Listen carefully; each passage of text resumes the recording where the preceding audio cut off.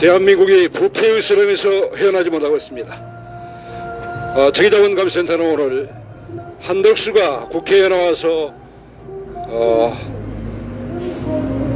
연설을 하기로 돼 있어서 오늘 국회에 나왔습니다. 저희들은 한덕수를 수차례 고발해 왔습니다. 한덕수의 범죄는 정말 말할 수 없습니다. 최근에 벌어진 윤석열 내란의 숨은 수개일 뿐만 아니라 과거 2002년에 김현장이 들어가서 1억 5천만 원의 뇌물을 받고 대한민국의 국유재산인 외환은행을 불법적으로 헐값에 국유재산법과 은행법을 위반하고 매각한 장본인입니다. 그래서 대한민국 정부는 2조 6천억의 손실을 입었습니다.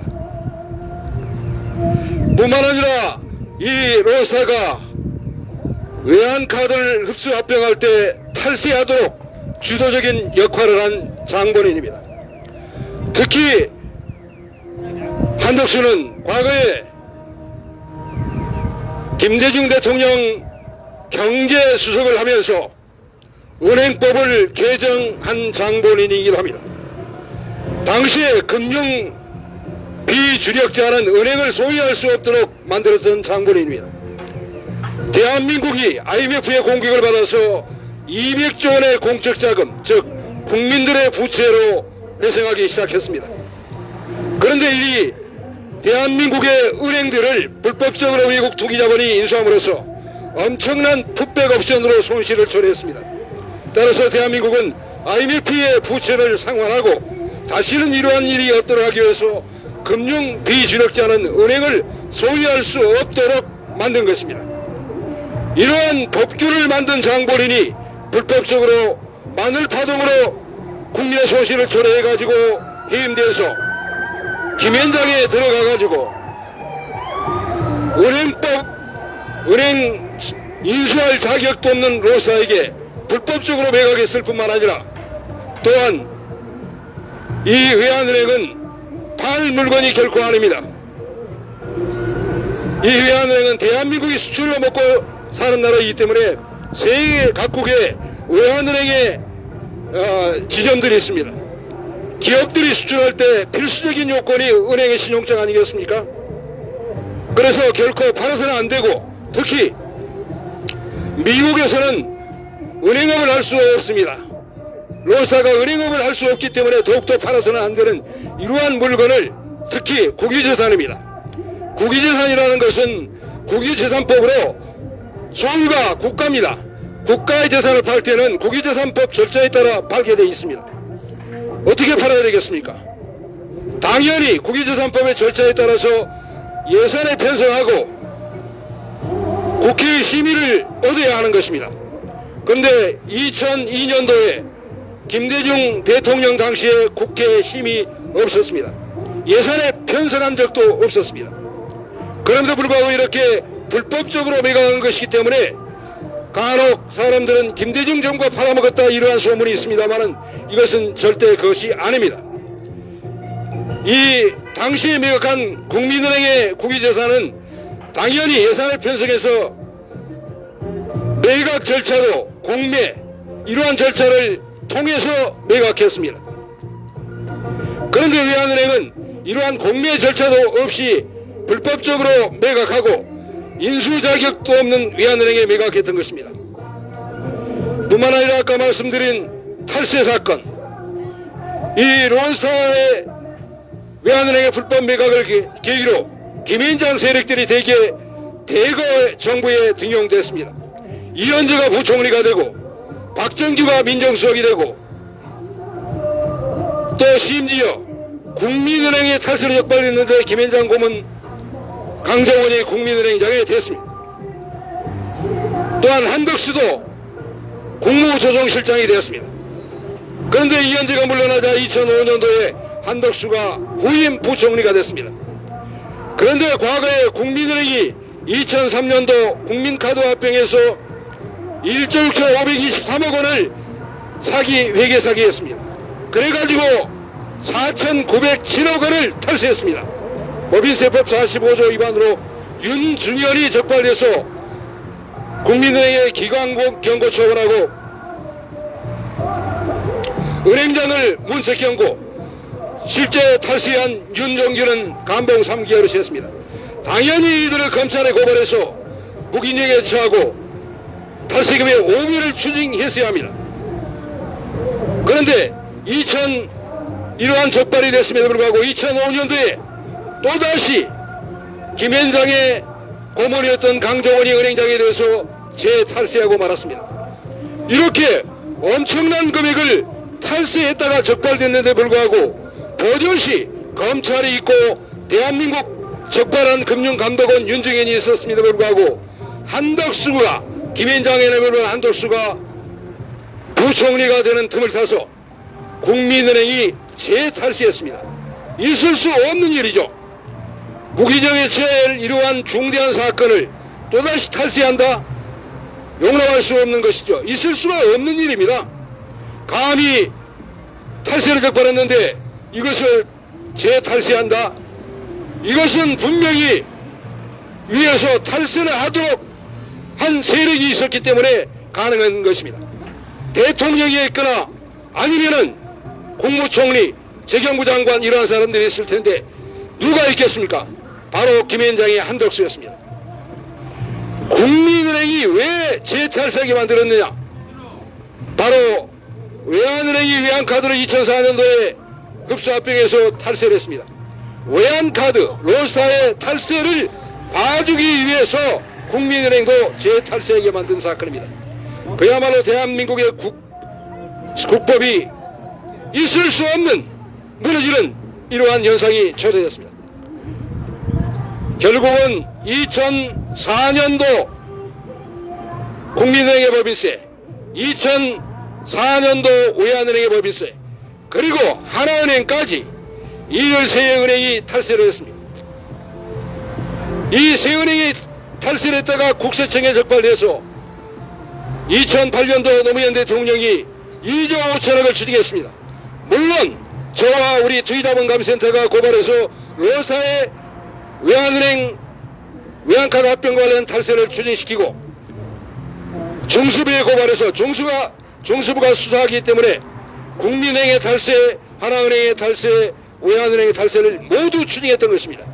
심지어 노무현 대통령이 임기 일주일을 남기고 하나은행에서 1조 7,241억 원을 추징했습니다. 그런데 이들은 처벌되지 않았습니다. 바로 한덕수가 당시에 국무총리였습니다.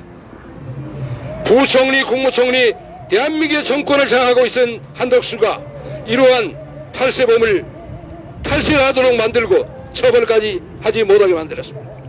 문제는 한덕수가 이렇게 노무현 정부에서 노무현 대통령의 결심으로 추진한 세금을 이명박과 결탁해서 또다시 김현장이 재탈세하고 말았다는 것입니다. 이명박이 당선되자마자 하나은행의 탈세에 대해서 1조 7,241억 원을 환급해 주었습니다. 그런 다음에 또 아시겠습니다만은 이명박과 김현장의 결탁은 정말 실로 정말 참담한 일입니다. 국무총리의 한성수를 앉혀가지고 외환은행, 국민은행 이러한 탈세를 재탈세하기 위해서 조세심판원을 재경부 소속에서 한성수의 국무총리실로 이관해서 외환은행의 탈세 사건을 심판하는 조세심판부, 이 심판부를 주신심판관 그리고 이광호 이러한 심판관을 대기발령해서 전원심판부에 올려가지고 재탈세하고 김현장이 가서 뇌물을 받았습니다. 주심심판관도 김현장이 매수해가지고 뇌물을 줬고 또 이광호라는 사람도 3.1개 법인이 스카웃에서 뇌물을 줬습니다. 이 3.1회계법인과 김현장과 국민은행 그리고 언론사의 외환은행 이러한 탈세 범죄 조직을 일망타진해야 합니다. 그런데 오늘 이 한덕수가 왜 윤석열 정부의 이 국무총리가 되어 있는가? 바로 자신의 범죄를 저희 특이자본감세트가 지속적으로 고발해서 싸워왔기 때문에 이것을 수사하지 못하고 탈세를 추진하지 못하게 만들기 위해서 국무총리에 들어갔던 것입니다. 지난 윤석열 정부 기간 동안에 실제로 권한을 행사한 사람은 한덕수였습니다. 윤석열은 로봇에 불과했습니다. 해외에 나들이를 나가고 김건희와 같이 새 순방 나들이를 나갈 때 모든 권력을 장악한 한덕수가 실질적인 대통령 행세를 해왔습니다. 과거에 이태원 참사가 일어나도 책임을 지지 않았습니다. 급기야는 이제 대통령이 됐습니다. 그리고 마은혁도 임명하지 않았고 최근에 마은혁은 임명하지 않다가 불에 나와가지고 헌법재판소에서 풀어주니까 이 사람이 나와가지고 이완규, 윤석열의 사범인 이완규를 헌법재판관에 지명하고 또 듣도 보도 못한 함상훈을 지명했습니다. 저희들이 최근에 고발했습니다마는 이 함상훈이 누구였냐?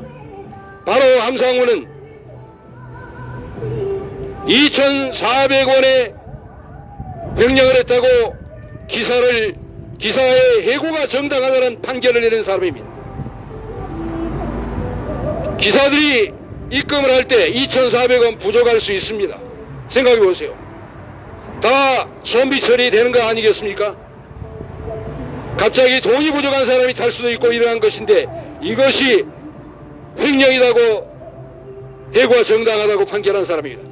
그런데 문제는 이 사람이 김현장을 위해서 엄청난 일을 해줬기 때문에 김현장의 뇌물을 받은 한덕수가 이 사람을 지명한 것입니다. 바로 현대중공업 사건입니다. 아시겠습니다마는 문재인 정부에서 현대중공업이 대우조선을 인수하려 시대했습니다. 현대중공업을 인수가 실패하고 말았습니다.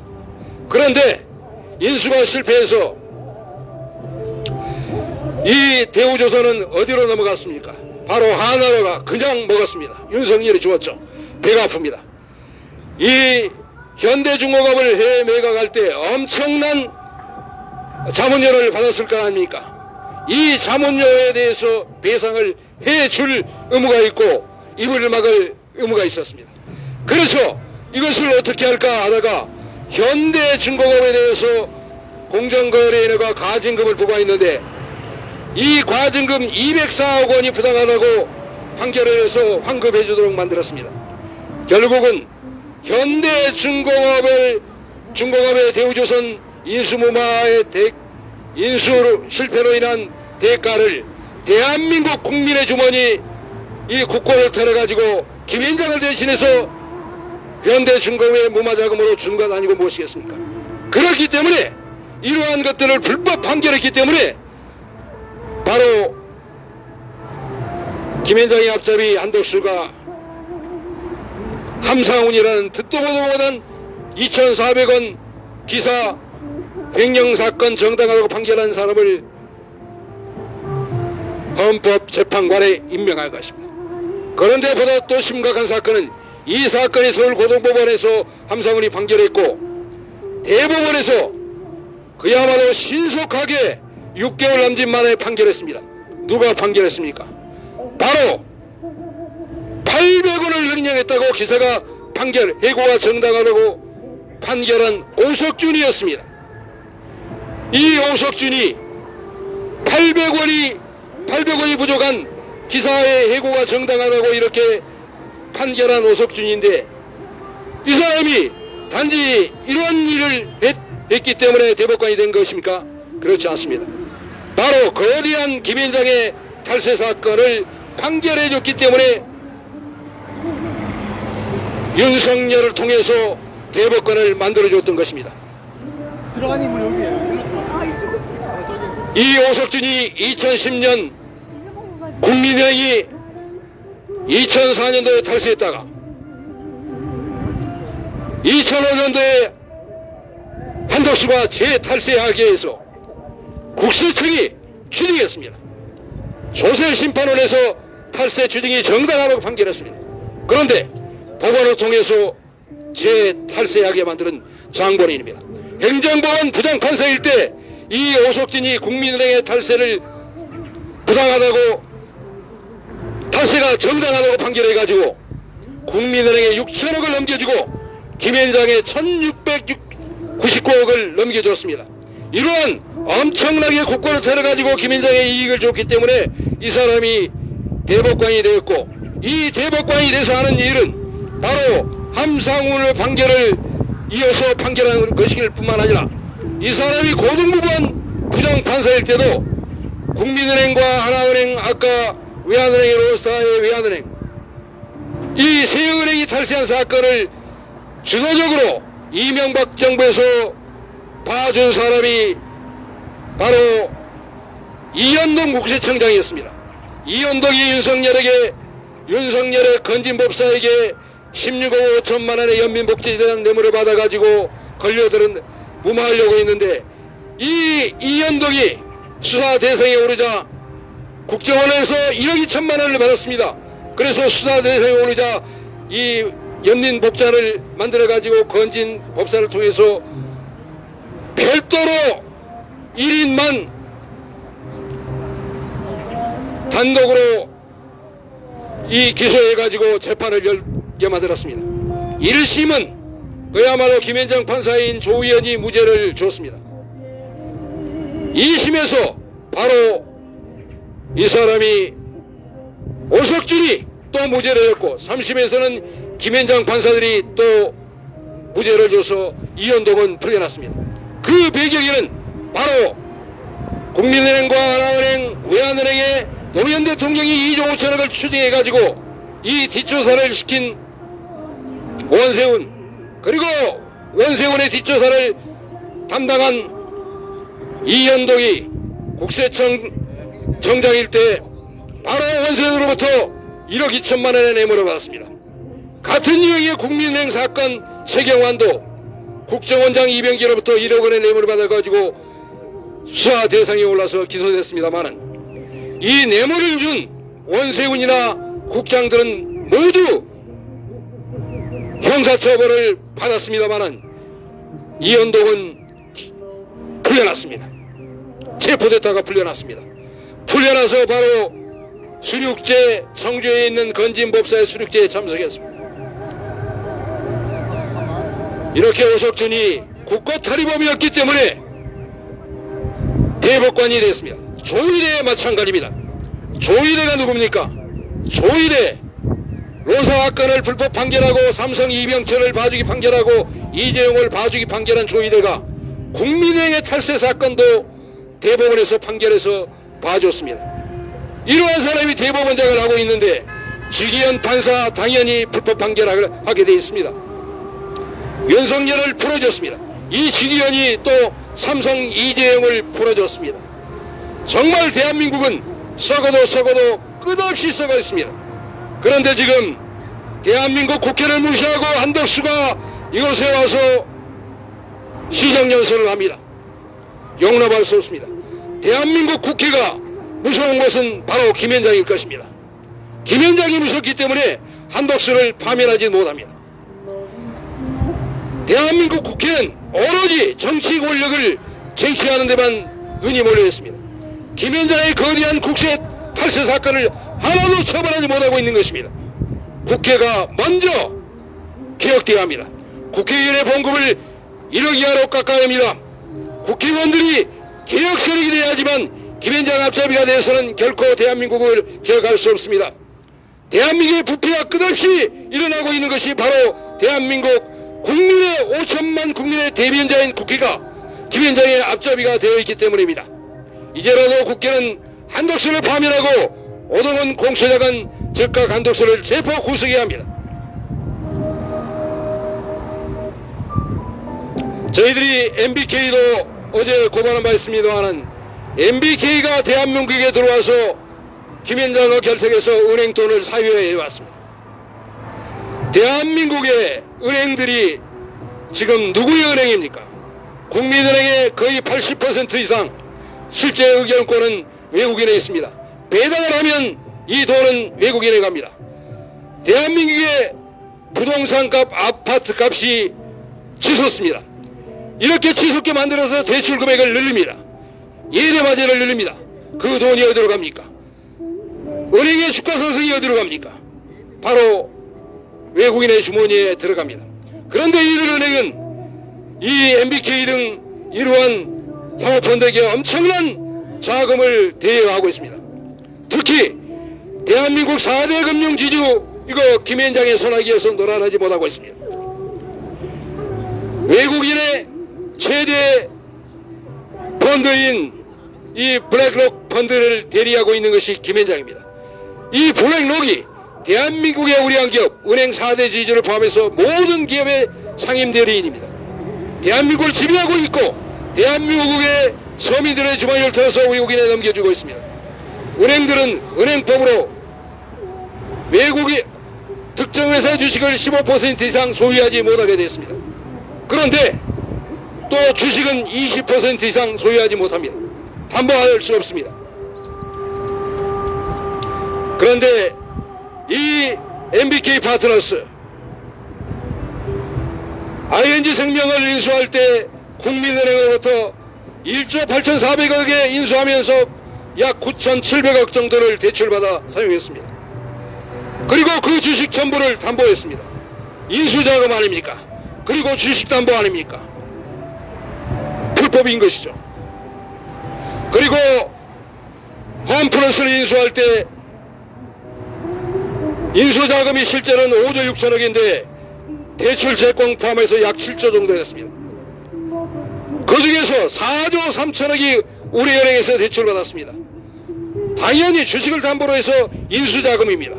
주식 인수자금인 것이죠. 그리고 주식을 100% 담보했습니다. 불법 대출인 것이죠. 이렇게 은행 돈으로 이 사람은 대한민국 최고 재벌인 이재용보다 더 많은 재산을 가지고 있습니다. 그런데도 불구하고 김현장과 공모해서 이러한 범죄를 하고 있는데 처벌하지 못하고 있습니다. 이들이 또 외국인이기 때문에 대한민국 국법을 무시하고 탈세를 하고 있습니다. 로사 사건 저희들이 고발했습니다마는 로사는 대한민국의 외환은행을 직접 경영하고 극동건설을 직접 경영하고 대한민국의 사무실을 직접 운영하고 존 그레이킨이 대한민국의 외환은행의 이사였고 98년도부터 대한민국에 들어와서 고정된 사무실을 가지고 있습니다. 내국인입니다. 그런데 이러한 내국인에 대해서 국세청이 내국인으로 추징한 세금을 대한민국 사법부 대법관들이 불법적으로 내주고 말았습니다. 대한민국 사법부 전부 폐지해야 합니다. 대한민국 검찰 있을 이유가 없습니다. 이 탈세범들을 무기력 제하고 오비어 벌금을 취해야 할 대한민국 검찰은 존재하지 않습니다. 용납할 수 없는 일들이 이곳 대한민국에서 벌어지고 있는데 대한민국 5천만 국민이 오직 믿는 대한민국 국회는 이러한 범죄, 김현장의 범죄, 한덕수의 범죄, 외국인의 범죄를 하나도 처벌하지 못하고 이제 앞잡이가 되겠습니다. 이번 윤석열 내란 사건을 계기로 해서 반드시 김현장을 해체하고 만약에 김현장의 이러한 탈세범죄 한덕수를 처벌하지 못한다면 다음 정권을 잡자마자 레임덕에 빠져들 것이라는 사실을 경고해둡니다.